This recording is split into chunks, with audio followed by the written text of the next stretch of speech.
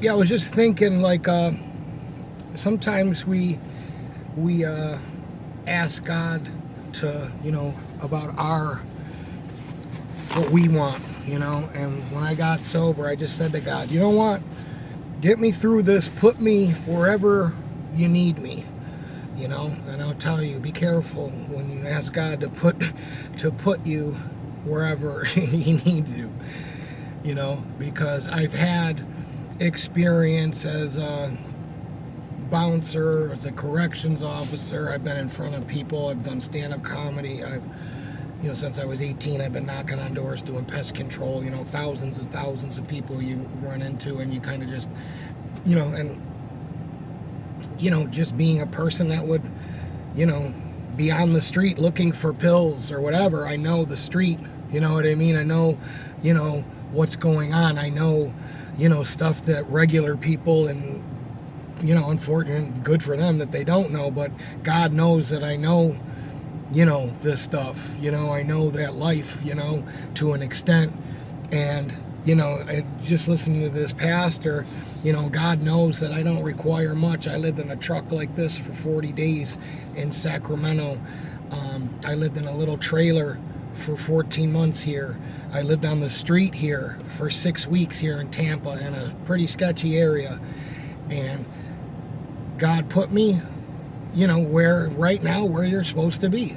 You know what I mean? So I tell people, ask Him, but be prepared, because you can get what you want, in life. You know what I mean? You can get, what your idea of success is, and you might be somewhat happy.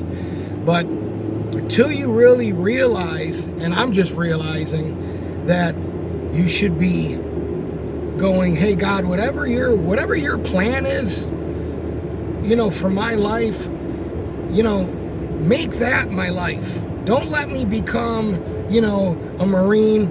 Don't put me in, wherever.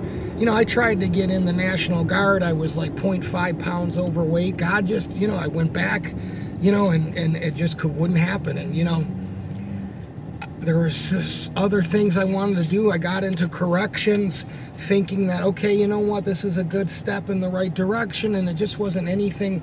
It wasn't anything that I thought it would be. And it was fucking horrible. You know what I mean? Like, I hated it. I can see why people like it if you have low self-esteem. But, he put me there, and I was miserable.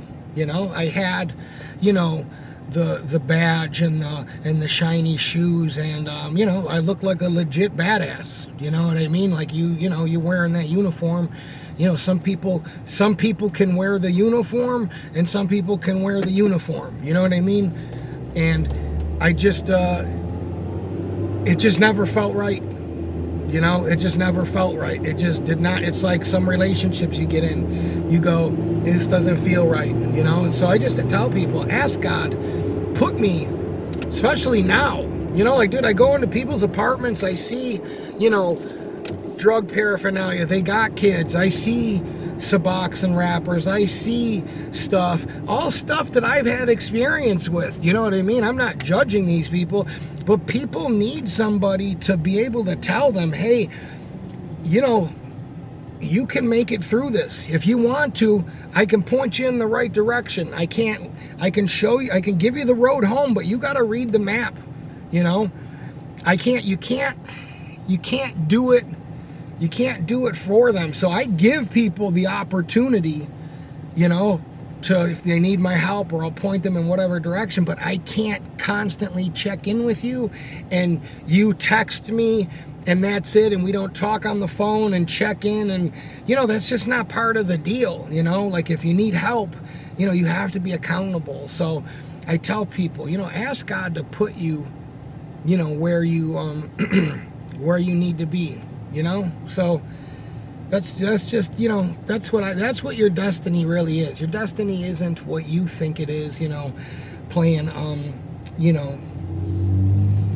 hero or whatever it is, unless it is, you know what I mean? Because there are, there is that. But I'm just saying, like, I really wasn't truly happy until I submitted. And I'm not a submissive person. I get in trouble all the time because I don't have a submissive bone in my body. The only thing that I've ever submitted to is the will of God. And I'll just tell you, that's where you begin, okay? That's where you end, and God begins, absolutely.